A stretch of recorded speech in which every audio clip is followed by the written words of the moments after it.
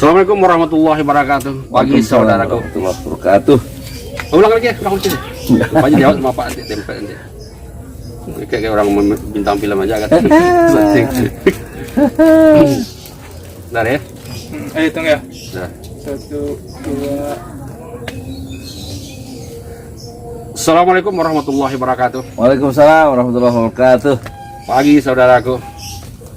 Jumpa lagi dengan Uzhar Channel.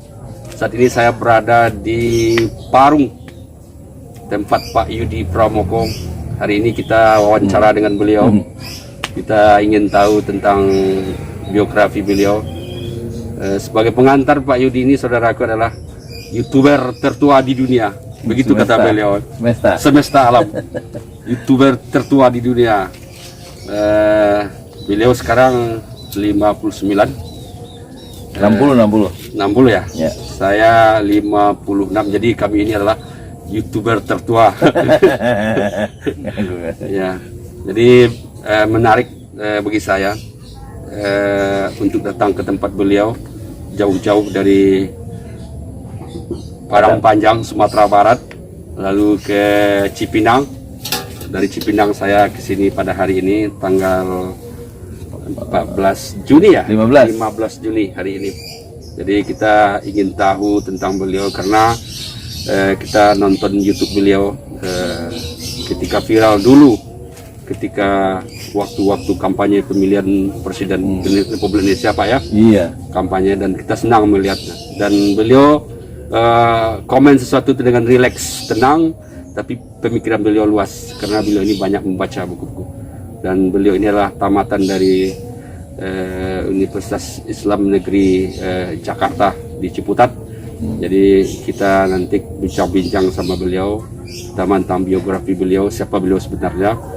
Lalu kita minta nanti pengalaman beliau menjadi YouTuber agar bisa diambil ilmunya oleh yang muda-muda. Harus bersemangat Pak Yudi ya. Assalamualaikum Pak Yudi. Waalaikumsalam warahmatullahi wabarakatuh. Selamat pagi Pak Yudi. Selamat pagi. Gimana kabarnya hari ini? Alhamdulillah baik. Alhamdulillah. Ini Pak Yudi, ini safari saya nih. Malam tadi saya sama Profesor Amri Mazali, ya, guru besar Fakultas Ilmu Sosial Ilmu Politik Universitas Indonesia.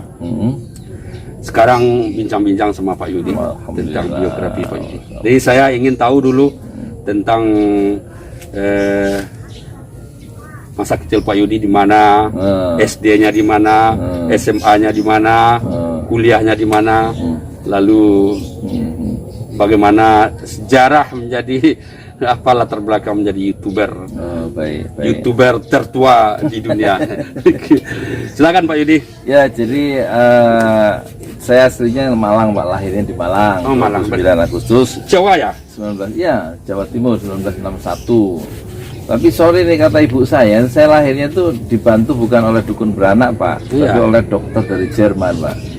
Waktu itu di rumah sakit besar. Serius tuh? Serius. Ya. Kan dulu dokter jarang ya. Iya. Jadi saya waktu lahir tuh udah punya aspek internasional Pak, sorry nih. Tapi numpang lahir waktu lama di Bandung dari TK. Ya. TK satu SD-nya di SD akhir ya, kelas 6 di Jakarta Timur. Ya. SMP-nya saya di SMP 20, ya. SMA-nya SMA 14. Ya. SMA 14 tuh sekolahnya BP Haikal di situ. Oh, BP Haikal Keflanizen di situ. Terus sosiolog UI itu siapa? Pak Budi Santoso. Bukan, yang rambutnya ini itu juga di situ. Pak siapa sih itu? Sosiolog Imam Prasojo. Imam Prasojo. Saya udah pernah ketemu sama beliau. Jadi saya SMA-nya di sekolah orang-orang besar ya. Tapi saya nasibnya jadi tukang donat lah. Tapi sekarang kan badannya juga besar. Iya. Nah, itu Pak. Jadi kuliah 14 semester di Universitas Islam Negeri Jakarta. Saya 14 semester jadi UB di situ Pak, office boy sambil. Iya, office boy. Ini luar biasa. Ini kehebatan Bapak Yudi Pramoko. Serius, tapi dalam serius ada candanya. Tapi tajam analisis beliau. Ya udah itu aja sampai sini sekolah. Ya pernah belajar S2 sedikit ya. Marketing tapi jangan kasih tahu. Bapak jangan kasih tahu kalau saya pernah di S2. Aslinya saya tukang donat. Nanti di edit aja. Tidak ada. Di sini full dana edit. Bapak edit di tempat saya nggak saya edit. Jadi saya pernah ketika ada wawancara dengan Pak Saiful Zaman itu ya, iya, YouTuber dari Bandung yang pernah kesini wawancara. Orang hebat tuh ngapain dia kesini coba? Lalu saya kampanye juga kesini ya. Jadi ya bapak orang rendah hati ya, orang kesini. Jadi kita lihat Bapak pernah mengarang buku ya? Oh iya, nggak banyak Pak, cuman sekitar 60-an judul ya. 60 judul? Iya, nggak banyak. Targetnya 100 belum tercapai. 60 judul tuh bukan nggak banyak. Bukunya nggak jelas. Jadi ciri-ciri buku saya itu Pak, antara cover buku dan isi itu nggak nyambung biasanya. Terus karena saya ketik sendiri, saya lewat sendiri, saya cetak sendiri, banyak salah cetaknya. Salah satunya apa yang terkenal dari buku itu? Yang puncak itu mungkin biografi politik ya, Profesor Dr. Yusril Iza Mahendra ya. Itu 10 bab 200 halaman, dicetak 3000, terus di launching di Perpustakaan Nasional di Salemba Raya, itu mengundang 400 undangan termasuk Duta Besar Negara Sahabat. Itu tahun 2000 waktu Yusril itu jadi menteri. Saya kira itu ya agak buku serius, kalau yang lain serius itu maksud saya. Sekarang masih ada buku itu di rumah? Nggak ada, adanya di perpustakaan Pak. Termasuk yang kisah cinta itu 100 kisah cinta, 100 kisah keagungan cinta tokoh-tokoh nasional atau tokoh-tokoh Islam. Saya bahas di situ ada 400 halaman. Itu Bapak bisa cek di situ Pak, tempatnya Bapak bisa lihat di Perpustakaan Nasional Australia. Nggak jelas pokoknya saya itu. Itu tahun berapa itu Pak ya? Ketika membuat itu tahun 2000 Pak, yang buku Yusril itu ya. Kalau yang 100 keagungan cinta itu yang 400 halaman itu 2010 waktu saya sudah di sini, di sela-sela ngajar ngaji Iqra. Saya kan dosen di sini, dosen Iqra. Tiap maghrib. Iya. Nulis di pesantren Ojolali. Masih nulis juga sekarang? Masih, saya sedang, ya ini insya Allah doakan ya. Saya sedang nulis biografi Dr. Habib Rizik Syihab. Wah, luar biasa. Rencana sih antara 300-500 halaman kali ya. Itu fokusnya kemana? Fokusnya nggak jelas Pak, pokoknya jadi, yang penting jadi. Saya bukan seorang dokter, saya bukan seorang pemikir sistematis Pak. Iya. Jadi jangan mengharapkan saya berpikir sistematis, nulis sistematis ya. Tapi karena memang dengan seperti itu orang menjadi tertarik. Karena semua orang sekarang sistematis kan. Tapi ngomong-ngomong Pak, ini soal bukunya Pak Yusril yang paling dianggap itu buku ya. Iya ya, buku. Itu bagaimana menurut pendapat Bapak? Pak Yusril ini kan pernah berpidato tentang pemerintahan ya. Tapi akhirnya beliau dukung pemerintahan. Itu pertanyaannya sih kelihatannya sulit ya Pak. Sebenarnya jawabnya yang sulit. Jadi gini Pak, jawab itu gampang Pak. Laut itu selalu bergelombang Pak, angin berputar ya, zaman beredar. Ya, kalau danau ada ombak-ombak sedikit kan? Ya. Tapi ya itu manusia kan, perubahan-perubahan itu selalu kita ciptakan atau memang karena lingkungan sehingga kita berubah ya. Jadi saya kira dalam perspektif perubahan atau dalam kerangka pikiran filsuf Yunani Heraklitos Pantares, semuanya mengalir, semuanya berubah. Itulah kita harus melihat seseorang ya, baik Yusril maupun Mokhtar Ngabalin maupun Yusuf Mansur ya, atau wakil presiden ya. Semuanya dalam perubahan ya, perubahan. Alasannya macam-macam, termasuk Pak Prabowo juga kan. Akhirnya itu contoh yang paling dramatis. Kalau Yusril ini nggak terlalu dramatis ya, Pak Prabowo itu paling dramatis ya. Ya, jadi saya kira kalau perubahan-perubahan itu sifatnya maknawi atau lebih bermanfaat, saya kira nggak masalah ya Pak ya. Ya maklum, politik kan kalau nggak berubah ya bukan politik Pak. Ya Pak ya. Iya benar Pak ya. Omongannya benar nggak ya? Ya, antara benar. Nggak jelas. Justru yang tidak jelas itu yang lebih bagus kenapa? Sekarang kalau yang jelas yang benar tuh. Pak. Bapak ini orang waras, wawancara orang nggak jelas. Terus saya kan pertama kali nonton video Bapak itu tahun 2019 kali ya? Iya. 2019. Ya. awal tuh mulainya. Ya. Itu video di YouTube untuk pesantren Ojo Lali. Saya pikir ketika itu dalam bayangan saya memang ada pesantren besar ya. Rupanya kenyataannya Di teras ya. Tapi sekarang nggak punya gedung, alhamdulillah. Ya. Tapi ada murid ya. Ada murid sekitar 60 ya. Pagi ini lagi ngaji nih. Pagi, nanti sore, maghrib cuma 12 remaja. Nggak banyak, gurunya cuma Ya, itu kan sebenarnya kan pekerjaan mulia kan. Iya. Pekerjaan. Insya Allah. Ya, walaupun yang kita didik itu 5 orang dari yang tidak tahu tentang agama, sekarang menjadi tahu. Bisa baca, alhamdulillah kan. Terus bagaimana ceritanya tentang YouTube ini bisa ya orang setua Bapak ini kan jadi Siapa yang tua? Saya 27 tahun. perasaan kan perasaan. Jadi YouTube ini Pak, awalnya ya channel Pesan Jolali itu sudah 2012. Oh 2012 Bapak sudah mengupload? Iya sudah upload video. Ini setoran hafalan anak-anak, Al-Falak, Anas, untuk mendokumentasikan pikiran saya. Mereka kan agak tumbuh besar, tapi mereka punya dokumentasi waktu kecil mereka berinteraksi dengan Al-Quran. Nanti suatu saat dia lihat. Iya dia lihat, dan supaya nggak dia kalau dia melakukan penyimpangan atau deviasi itu bahasa kerennya kan, itu dia akan kembali karena dia sudah punya memori. Oh waktu kecil saya sudah belajar ngaji lah. Dia lihat riwayat hidup dia dengan itu, maksud saya dengan di channel itu kita dokumentasi. Hanya itu.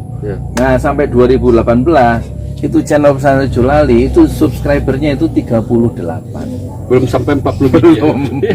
Itu berapa tahun ya? Ya berarti 6 tahun ya. 6 tahun 2012 ke 2018 itu 6 tahun. Subscribernya 38, videonya kira-kira 200. Iya. Sebelum kemudian viral ya. Nah, ketika saya pulang dari kursus bahasa Arab 1,5 tahun dan kembali pulang, tujuannya hanya untuk menghidupkan sholat. Di mana bahasa Arab? Di Bangka Apus. Bahasa Arab. Sebelum ke Paris saya ke bahasa Arab dulu. Umur saya 56. Iya. Itu anak-anak SMA juga yang belajar di seluruh Indonesia. Itu saya belum ngerti ya nggak ngerti viral. Terus kan kita muat di sini video pertama itu Instagram nggak ngerti. Instagram nggak ngerti. Tapi sekarang udah kenal semua ya. Duit kenal juga saya. Maka ada gajiannya gitu tanggal 22. Bapak mau? Untuk ongkos ke Padang. Jadi itu video viral pertama itu ketika saya pulang ke sini ya 28 Oktober 2018, gerobak donat yang saya pakai jualan sambil kuliah itu di Ma'had Utsman bin Affan itu tiba di sini. Tapi saya belum ngerti soal YouTube. Tapi karena ada santri saya yang mau sekolah SMA namanya Petiansa, Pak, saya mau sekolah SMA yang ada tahfiznya di mana? Nah, akhirnya saya tunjukin di Darussofa. Saya ikut mobil keluarga nganter saya. Mereka masuk ke Darussofa untuk daftarin anaknya, cari informasi. Satu mobil itu saya masuk kebun singkong kayak gini. Saya bikin vlog, saya kasih judul nanti judulnya Rocky Gerung melawan pengkhianatan intelektual. Saya dengar juga itu. Iya kan? Nah itu terus seminggu kemudian tanggal 31 Desember itu kan dimuat 24 Desember tuh hari umat, tanggalan merah. Itu anak saya ribut yang 4-3 orang itu, Pak video bapak viral katanya kan. Itu kita nanya apaan viral, kita nggak tahu ya. Itu loh Pak diomongin di Twitter dan IG. Twitter kita tahu, IG apa nih, Instagram. Gitu. Jadi mereka, saya lihat komentarnya di video yang katanya viral itu kemudian dari 38 subscribernya dalam waktu 7 hari 31 Desember 2018 itu langsung loncat ke 2000 ya. Dari 38. Berarti sudah bisa langsung usulkan ke YouTube. Iya, langsung monet ya. Langsung dapat surat ya. Suruh bikin ini dapat email suruh bikin kirim kartu nama, account, nomor rekening. Iya, nomor rekening. Saya waktu itu masih jualan donat seperti saya kuliah di bahasa Arab. Jualan donat di sini tiap pagi jam 6 sampai jam 9 di situ di komplek Grial Brandweer. Nah, terus suruh bikin nomor rekening. Ya kan? Serius nih. Bikinlah di Parung tuh, BCA. Kan saldonya harus 500. nggak punya duit gitu. Pinjam. Oh, harus 500 ya? Waktu itu kan harus minimal 500.000 kan, kalau BCA kan, kalau BRI Syariah 50.000, ya nggak? Tapi kok saya sudah diminta nomor rekening belum diminta saldonya? Enggak, waktu buka rekening baru kan di BCA kan harus ada syarat. Buka rekening baru. Bukan pesanan dari YouTube. Bukan. Ini buka rekening baru. Iya. Singkat cerita, saya tetap jualan. Iya. Tapi waktu tanggal 31 Desember itu saya bikin lagi Rocky Gerung, saya ajak masuk Islam. Iya. Saya kasih judul Rocky Gerung masuk Islam, semesta berguncang. Itu anak saya ribut lagi, Pak, video Bapak yang Rocky Gerung masuk Islam viral lagi. Viral udah ngerti saya sekarang kan? Iya betul. Nah itu loncat itu Pak, dari 2.000 langsung ke 24.000 dalam waktu 4 hari. 24.000 subscriber. Terus ditulis sama Tribun News. Kata dia, masuk koran juga Pak ya? Masuk di apa namanya? Di internet ya? Iya, Tribun News. Tribun News ya. Iya. Ada videonya lagi. Iya. Jadi kata Tribun News dalam waktu 2 hari video Rocky Gerung masuk Islam itu ditonton oleh 195.000 viewers 2 hari. Artinya viral lah gitu. Iya. Ya udah, terus nanti kata anak saya, Pak, Bikin ini uangnya belum bisa masuk bulan pertama. Kenapa? Kurang dari $100. Oh ya, sampai Ya kan? Terus bulan berikutnya dapat tuh uang masuk ke BCA 2,6 juta. Gaji saya pertama 2,6 juta. Iya, wah, itu saya kan kaget. Ya. Ini kalau jual donat 2.600 biji. Enak juga. Banyak modalnya lagi kalau jual anak kan. Kalau ini modalnya ngomong aja. Ngomong doang ya. Nah, terus ceritanya dapat 2,6 juta. Enak, Pak. Terus bulan Mi, istri saya. Oh ya Ibu. Izin Bu, wawancara sama Pak. Terus bulan kedua saya lebih kaget lagi Pak, mau pingsan Pak. Karena dapat duit langsung 21,5 juta.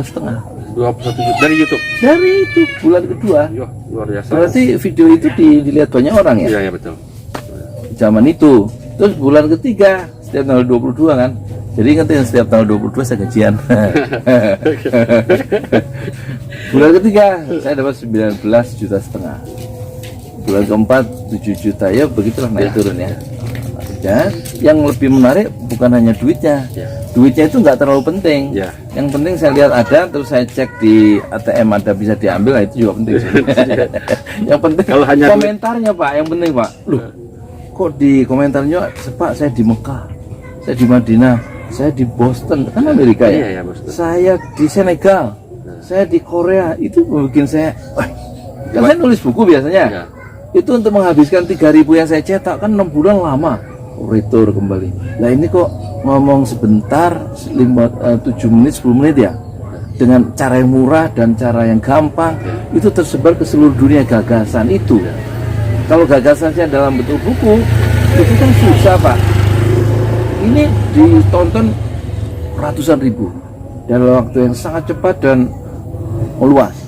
Nah itu saya baru menemukan, saya baru bangun sampai sumur. Oh iya sumur ya, sampai sumur ya, nanti diedit ya. Sumur sudah berapa banyak bikin sumur? Sumur 20 Pak, sampai Lampung, Depok, Bekasi di pesantren-pesantren. Nah kalau di sini ada 6 itu karena memang 10 tahun mereka ini kalau minum tuh beli. Karena airnya itu kalau dipakai nyuci kuning, karena urukan bekas sawah di bawah. Nah, sekarang alhamdulillah dari toren itu, dari masing-masing RT terus mereka bikin pipa-pipa kerupak untuk minum aja lewat YouTube. Itu dananya dari seluruh dunia nyari istilahnya. Terus gerobak untuk pedagang 13 kita kasihin mereka. Gerobak ada yang pesan 2,7, ada yang 1,7, ada yang buat ngambil rumput untuk kambing, kita bikin 13 kasih wakaf produktif lewat YouTube. Nah, sekarang yang terakhir KVU. KVU baru 2, 1 belum aktif lagi, tapi bagi hasil untuk melahirkan ini Pak, lapangan pekerjaan untuk suami istri. KVU. Saya ngambil ininya aja bagi hasil. Mereka 70%, saya 30 aja. Yang penting mereka punya daily income. Iya. Daily income tuh bahasa Inggris Pak, maksud Iya. penghasilan harian. Penghasilan harian. Saya ngerti juga. Pernah Yo, belajar bahasa dosen, Inggris. dosen. Pernah belajar bahasa Inggris dulu Saya di pernah belajar. di Australia. Serius tuh. Daily income itu saya dapatkan setelah saya kursus 6 bulan di Paris. Gak usah jauh-jauh, gak usah. Kamu aja khusus yang paling tua ya. Iya. Yang lainnya mudah-mudahan. Lulusan saya Pak. Gurunya? Gurunya paling tinggi 23. Iya, luar biasa. 17. Ini Serius. Bapak ini semangatnya luar biasa. Iya, Masya Allah. Tapi saya pengen ini Pak, sebenarnya abis ini nih, Ya. pengen ngapal Quran sambil jalan kaki keliling Jawa Pak. Untuk sehari 40 kilo aja ya. Sambil bikin YouTube. Ya, luar Sambil biasa. cari dana, bikin pesantren kan. Jalan kaki. Jalan kaki santai aja. Ya. Mau ikut. Boleh. Hari pertama langsung ke Cuman saya langsung masukin. Iya, ini kakinya. Untuk cari dana 6 miliar untuk pesantren di Kalan. Tapi santai ya. Tapi santai. Mesinnya motor bagus. Hah? Enggak. Istilahnya jalan kaki. Nanti 40 kilo kan. Naik mobil. Naik mobil. Iya. Sebelum masjid kita 5 menit jalan. Selama jalan kaki. Di kantor lurah kita jalan kaki. Iya. Kantor camat, kantor bupati jalan kaki. Mudah-mudahan bisa ketemu pulangnya sama Pak Presiden. Presiden siapa? Hah? Presiden siapa? Presiden Indonesia lah. Enggak berani dia nyerah. Enggak berani dia nyerah. Saya mah kayak Presiden Jokowi Pak, presiden kita Pak. Presiden siapa? Bukan Prabowo. Prabowo itu challenger.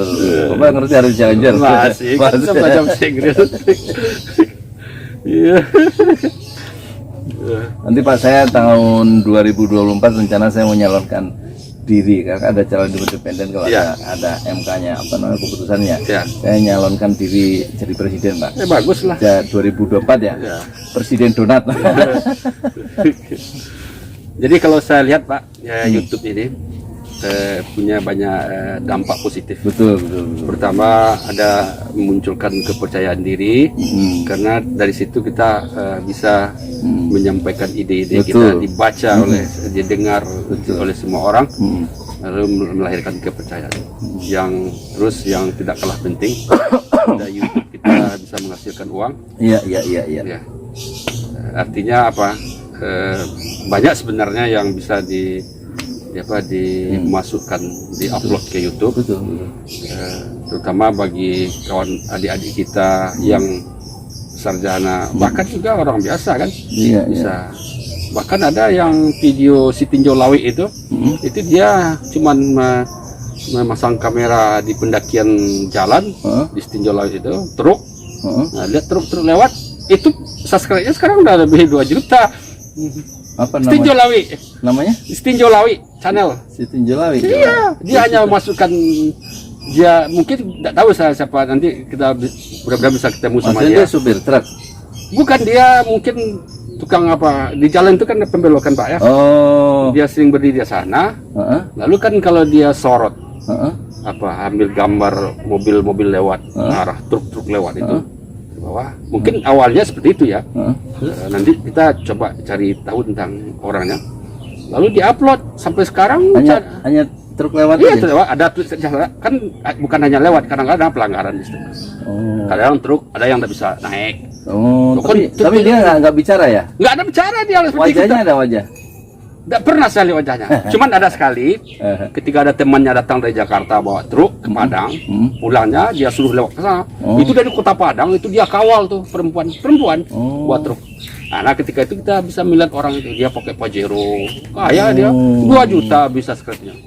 Penontonnya luar biasa, dari Jawa juga banyak. Oh, gitu. Jadi artinya apa?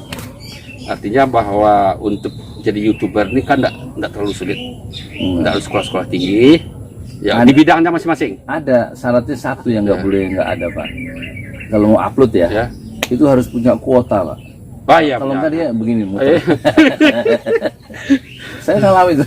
Iya, kalau kata Pak Ustaz Somad itu 2 giga. 2 giga. Jadi sekarang terakhir barangkali Pak, saran Bapak untuk anak yang muda-muda nih, yang apa di kampung-kampung kan banyak objek-objek yang perlu ditampilkan, sawah-sawah, pertanian, sebagainya. dan banyak dan bisa diambil manfaat oleh petani lain kalau itu diupload. Gimana saran Bapak untuk mereka? Ya saya kira Masih Iya. ini aja lah ya. saya kira ini Pak, jangan terlalu melakukan spesialisasi terlalu dini ya. Upload apa yang kira-kira kita enak gitu. Nanti ketemu sendiri core-nya, apa core-nya itu ya, apa ciri khasnya. Ya. Terus apa yang tema-tema yang diupload, semua tema ya, tema-tema untuk YouTube itu seluas langit dan bumi kan, ya nggak Pak ya? Seluas langit dan bumi. Dan dia yang dari segi ekonomi, dia kalau YouTube itu saya kira kalau sudah jadi itu bisa menghilangkan pengangguran dan kemiskinan tuh. Karena ada apa namanya, ada income kan untuk si YouTuber itu. Kalau dia betul-betul istiqomah, rajin ya, terus menerus semangat. Dan nggak usah ini, kalau menurut saya nggak usah, jangan jadi orang pinter ya, jadi orang biasa saja, jangan jaim ya. Seperti Bapak ya. Ya karena saya kapasitas intelektual saya terbatas, jadi ngomongnya nggak jelas, itu masalahnya. Tapi kalau Bapak ya jangan ikuti saya, orang Bapak mau S2 ya, saya mah nggak jelas. Jadi saya kira haruslah jadi diri sendiri apa adanya, jangan mengikuti YouTuber yang sukses. Ya, YouTuber sukses itu hanya untuk itibar, pelajaran, tapi kita harus menempuh jalan kita sendiri dengan cara menjadi seorang YouTuber yang produktif dan menampilkan kekhasan kita sendiri. Saya kira gitu Pak. Dan kalau nggak pakai target, saya kira nggak bisa jadi YouTuber produktif, harus ditarget. Kalau saya sih 5-3 sehari target untuk upload ya. Upload karena keikhlasan mau didengar, mau dibaca, mau dia subscribe silakan ya. Kalau yang nonton itu 5 itu udah lebih bagus karena tersebar ke 5 orang. Kalau ke 30 itu berarti sudah satu kelas yang nonton. 30 orang yang nonton. Sudah bikin apa, kita sudah mengajar kita. Iya, itu coba kalau kita bikin seminar. Ngumpulin 100 orang pun susah kan? Benar. Langsung upload itu ilmu, insya Allah manfaat kan? Kata Rasulullah, khairun nas apa? Anfa'uhum linnas. Ya kan? Sebaik-baik manusia kalau yang paling manfaat untuk manusia lain, untuk orang lain. Nah, itu salah satu medianya adalah YouTube. Gitu. Itu dulu Pak ya. Iya, makasih ya Pak. Terima kasih banyak Pak Yudi sudah memberikan banyak ilmu khususnya juga untuk saya. Terima kasih dari Padang ke sini, Masya Allah. Makasih ya saya dikasih kesempatannya. Oke saudaraku, itulah bincang-bincang kita dengan Pak Yudi Pramoko di Parung. Beliau YouTuber tertua di jagat raya. Alhamdulillah kita banyak dapat ilmu dari beliau, semangat beliau. Lalu dari percakapan beliau, nampak beliau adalah orang yang banyak membaca buku. Jadi mudah-mudahan bermanfaat. Tapi sebelum video ini kita tutup, jangan lupa subscribe channel Uzhar Channel dan Ojo Lali, Pesantren Ojo Lali. Dan jangan lupa subscribe, like, serta share dan komen. Terima kasih banyak. Assalamualaikum warahmatullahi wabarakatuh. Waalaikumsalam warahmatullahi wabarakatuh. Ditutup sebentar Pak, sebentar Pak. Satu lagi Pak. Ditutup dulu Pak. Enggak usah. Pak, ini sedikit Pak, kita ke ini. Dulu kan Bapak pernah mengupload video tentang Rocky Gerung, khusus video mengajak bagaimana Rocky Gerung bisa masuk Islam. Itu serius tuh Pak? Serius. Saya ngajak yang ada 3 saya bikin. Saya ngajak Rocky Gerung masuk Islam, terus ngajak Deddy Corbuzier masuk Islam, terus ngajak Ahok masuk Islam. Deddy Corbuzier jadi? Ya jadi dengan insya Allah ya. Tapi sudah Islam sudah. Jadi saya ngajak, memang rencana itu bagian dari saya ngajak masuk Islam pemimpin-pemimpin di dunia, termasuk Vladimir Putin. Rencana, tapi kan harus diucapkan doa, ada kan doa. Ya, itu serius. Terus khusus untuk Rocky Gerung, kenapa dia yang Bapak ajak masuk Islam? Ya karena saya bikin Rocky Gerung itu kan 30 untuk mengembangkan channel dakwah pesantren Jolali, kan saya anggap sebagai channel dakwah. Karena dia lagi naik daun gitu. Kita bahas itu 30. Waktu Prabowo menjadi gelombang pasang, waktu kampanye saya bikin sampai 100 untuk mengembangkan channel dakwah aslinya. Nah, Rocky Gerung kalau perhitungan saya, kalau dia masuk Islam kan untung saya besar. Kata Rasulullah, orang yang bisa masuk Islam, mengenal Allah itu lebih baik ya, dari sebuah onta yang paling mahal ya. Dan itu nilainya tinggi Pak. Nilainya tinggi. Di samping itu juga barangkali Rocky Gerung kan komen-komennya terhadap Islam kan cukup bagus juga Pak. Iya, agak simpatik lah. Agak simpatik dia kayak dibanding dibanding apa politik Islam ya, dibanding dokter itu Ali Mukhtar Ngabalin. Serius. Ali Mukhtar Ngabalin yang mana tuh, yang di istana itu loh, yang di istana yang pakai itu sorban itu loh. Hebat, dia hebat. Oh, dia hebat, tapi karena dia melekat pada kekuasaan, jadi posisi intelektual dia kan berbeda, posisi politik dia berbeda dengan Rocky Gerung ya. Nah, tentu dia harus men-challenge oposisi Mukhtar Ngabalin. Sebaliknya Rocky Gerung harus men-challenge kekuasaan yang zolim itu, katanya begitu. Tapi saya lihat Pak Rocky Gerung memang pikirannya bagus Pak. Bagus ya. Kayak teori deh Pak. Dia banyak baca, kelihatan itu. Jadi dia ngerti konsep-konsep dasarnya. Ketika diskusi itu kan dia persoalkan dulu konsep-konsep dasariahnya ya. Demokrasi itu apa, misalnya kan? Politik apa, oligarki itu apa konsepnya? Hak asasi manusia itu apa? Civilian values itu apa? Dia menguasai itu, lawan bicaranya itu menguasai ototnya saja, apa suara keras, tapi nggak menguasai secara konseptual. Di situ kemenangan Rocky Gerung karena dia sangat kaya. Reverse of theories itu kaya gitu Pak. Saya memang lihat ada teori-teori klasik, teori modern, postmodern dia kuasai semua. Makanya di situ dia nggak bisa. Dia bukan dokter profesor ya. Ya tapi memang dia rajin baca. Sejak muda kelihatannya kan. Saya kira kekuatannya dia di situ, makanya dia kalau ngomong itu bisa menjelaskan apa ya, enak gitu, bisa diterima karena dia menguasai konsepnya dan merangsang pikiran-pikiran dia itu merangsang intelektual kita ya, merangsang secara intelektual ya. Jadi apa ya, akan nggak berkutik lawan-lawan yang menyerang dia itu karena konsepnya dia nggak kuasai, mudah dipatahkan ya, meskipun datanya nggak ada misalnya. Tapi implikasi logis dari Rocky Gerung karena dia menguasai konsep dasar itu dia bisa menjelaskan masalah dan membuat si lawan bicara karena didorong oleh ambisi kekuasaan dan mempertahankan status quo itu bisa nggak berkutik di forum-forum diskusi itu. Kalah semua ya. Omongan saya kayak bener ya. Terus apa harapan Bapak untuk Rocky Gerung, masih ingin dia masuk Islam? Itu masuk Islam, saya yakin dan percaya satu saat dengan izin Allah dia masuk Islam. Pada akhirnya. Dan kalau masuk Islam sebenarnya saya yang rugi. Kenapa? Loh, ya akan kebaikannya dia akan dihitung kan gitu ya. Tapi dosanya 0 dia. Sementara dosa saya dihitung dari 14 sampai 60. Berarti kerugian dibuat saya. Tapi moga-moga itu bisa ditutupi dengan daya-daya panggil saya itu untuk membuat dia itu menyerah kepada Islam. Itu saya dapat pahalanya. Barangkali bisa menutupi dosa-dosa saya selama puluhan tahun itu. Harapan lain untuk Pak Rocky Gerung? Pak Rocky Gerung datanglah kemari. Mudah-mudahan dia datanglah kemari, jangan saya Uzal channel dia. Jangan saya harus ke Sentul, saya nggak punya ongkos sono. Dia marilah, gitu. Ngobrol sama Tuan Donat di ladang ini. Ya, di ladang. Ini ada apa ini? Atau di kantor saya di danau itu 7 hektar, kantor terluas di semesta itu. ada ubi kayu ya. Bisa nggak? Dia ditanam dulu waktu pernah masuk YouTube. Iya, kita tanam pelan-pelan. Kalau enggak jadi hutan dan banyak ular Pak. Ular masuk ke rumah saya. Makanya kita minta izin yang punya Pak Ibu Wahyu itu untuk saya tanam. Ya, luas juga ya. Ini sekitar 1370. Kalau Bapak mau supaya jangan ada rumput, kasih racun rumput. Yang ini apa namanya tuh, yang Roundup. Iya. Roundup enak, kita jalan ke sana kan. Racun. Ya, racun Roundup. Itu 1 botol 60.000. Oh iya, semprot tuh ya? Iya, semprot ya. Tapi harus pakai. Iya. Itu biarkan alamnya.